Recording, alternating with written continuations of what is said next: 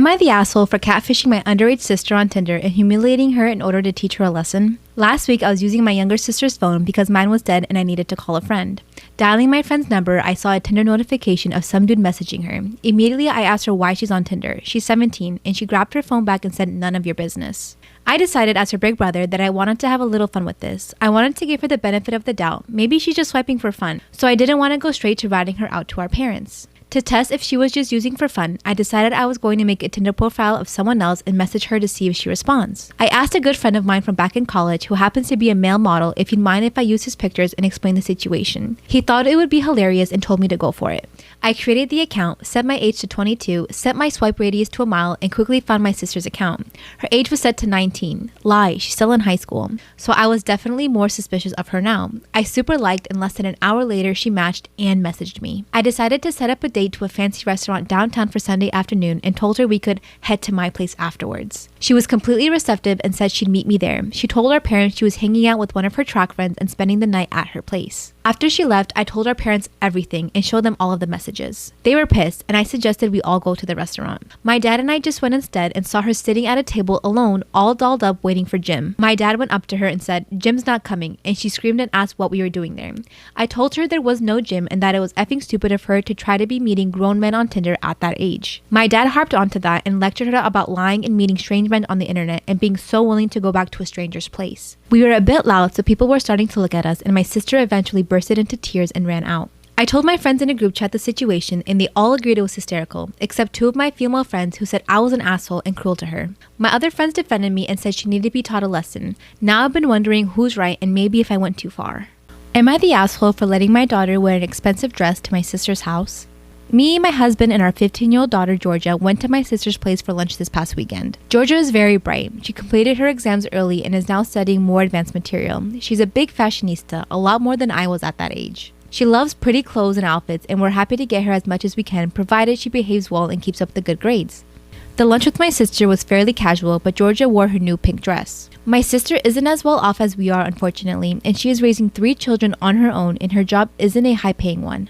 In the past, she asked me if Georgia could tone down her outfits when we come to visit because she doesn't want her kids being upset because they can't afford things like that. I do get my sister's point, but it's not down to me to police what Georgia wears. I've spoken to Georgia about it, but I left the final decision to her. Anyway, so we went for lunch, and Georgia ended up getting into an argument when my sister's 13-year-old daughter Lucy asked about the dress and where it was from. Georgia answered that it didn't matter because Lucy couldn't afford it anyway. We told Georgia to shut up as soon as the comment left her lips, but it soon ended up with Georgia and Lucy screaming at each other. My sister made the kids vanilla milkshakes, and Lucy decided to throw hers all over Georgia, ruining the dress. Georgia burst into tears, and to be fair, my sister did bring her a change of clothes. I said that if the dress was permanently ruined, I wanted my sister to reimburse us. My sister has refused and said that it was our responsibility because my daughter wore an expensive dress despite being warned not to. The dress cost a couple of $100, and washing it has failed to completely remove the stains. Frankly, I don't care about my sister's warnings. We can't make Georgia wear what she doesn't want to, and it's not our problem that she can't control her child and stop her from ruining a beautiful dress. So, am I the asshole? Oh my god, what an asshole, what a bitch. What kind of sister are you, bro? Your sister's going through shit and you're gonna be like, reimburse me for my daughter's dress? Like, you could, oh my god, like, alhamdulillah, oh my god, what is wrong with people? What's the difference between you and strangers if you're gonna ask for money back for a dress? Like, chill out. Did I mess up by buying my 2-year-old daughter a Peppa the Pig piñata for her birthday? This well-meaning gesture turned into tragedy happened today. Like many toddlers, my kid loves that horrible little creature called Peppa. While I was shopping for birthday supplies this week, I saw a Peppa piñata and instantly thought 2 things. The kid is going to love this, and I'm going to love seeing Peppa get deleted with a stick. She saw it a couple of times during the week, and each time she was like, "Peppa, hi Peppa, that's Peppa." So I knew without a shadow of doubt I had made the right choice. Cue the main event. In one corner we have Peppa, and in the other corner we have 15 older kids jacked up on cupcakes and soda. They don't care about Peppa, they only care about getting their necks fixed, and they know that fix is inside the paper piglet. My wife is holding up my daughter, and I'm standing beside them. The first kid steps up, and the adults are cheering, and the kids are hyped. 3 swings and 3 misses. The families are laughing and cheering as the next kid steps up. First swing, miss. No issues yet. Second swing, some light contact is made, and this is where it goes downhill. I look over and see visible concern on my daughter's face. Third swing, contact. Full on twack. The parents cheer, and the kids are now at a near fever pitch of excitement. Except for one. The one whose birthday we're here to celebrate. She bursts into tears, and I look at my wife in that moment, and we both realize we fucked up. She's 2. She doesn't know what the heck a piñata is. This is her first time seeing one. What she is seeing is her favorite cartoon character getting beat down by her cousins. Babe, maybe you should take her inside. I don't think this is going to end the way we thought it was going to. Yeah, you're right. That should be the end of the story, right? A lesson learned on what not to do next time. Nope. My wife needed to use the bathroom, so my daughter was wandering around the living room. My mom, who was in the upstairs bathroom, comes downstairs and saw my daughter and the excitement going on outside and scooped her up and brought her back outside. I'm on the other side of the yard as I see my mom come out with my daughter and I start walking towards them. Too late. She stops at the end of the deck, giving my daughter an unobstructed view of what happened next. The kill shot. One of the older kids let loose a thunderous haymaker and explodes Peppa. The parents cheer and the kids lose their mind. They're fighting each other for candy over the corpse of Peppa. My kid, unfortunately, lost her goddamn mind. Full on ugly cry while muttering, "Peppa, Peppa, Peppa," in between sobs. Thankfully, kids that age have short memories, but it took her a good 45 minutes to fully settle down from watching the murder of her beloved Peppa. Am I the asshole for not letting a girl check my phone to make sure I wasn't taking pictures of her? I'm at the gym today and I'm walking towards an empty squat rack. Right in front of me is another girl doing squats. While walking up, I briefly noticed that her leggings are see-through, and when she bends down in her squats, you can easily tell she's not wearing underwear. That's not my business, that's her choice, but it made me uncomfortable to take a rack that was kind of behind her. I had been waiting my entire gym session for one of these racks to open up, and this was my last lift before leaving, so I went ahead and took it. I went through my workout as normal. After every set, I check my phone for 5 to 20 seconds. I track every single set for every single lift in a spreadsheet to note how much I lifted and for how many reps. Sometimes I need to remind myself what I did last week to make sure I'm progressing. Sometimes I'm checking the time or changing a song on Spotify. Tonight specifically, there was a very important basketball game being played, so I wanted to keep up with the score, so I used my phone a lot at the gym. I finished up my third set when the girl turns around, walks up to me with her phone up, yelling, "What the F are you doing? Effing perv, stop taking pictures of me." I'm caught completely off guard, but I explained that I'm just taking notes on what I'm lifting and that I'm not paying attention to her at all. She's being extra loud so other people are looking at me, plus she's recording me, and she demands I go through my pics and videos to show her what I was recording and I delete the ones I took of her. I tried to again explain I didn't record anything of her at all. She's yelling that if I have nothing to hide, I should have no problem showing her, so I insist on going to the gym management. Once at the front, we both explain our stories. The normal gym attendee asks me if I'm willing to show her, a neutral third party, my phone. She also says if I have nothing to hide, it's not a big deal and we can squash it right now.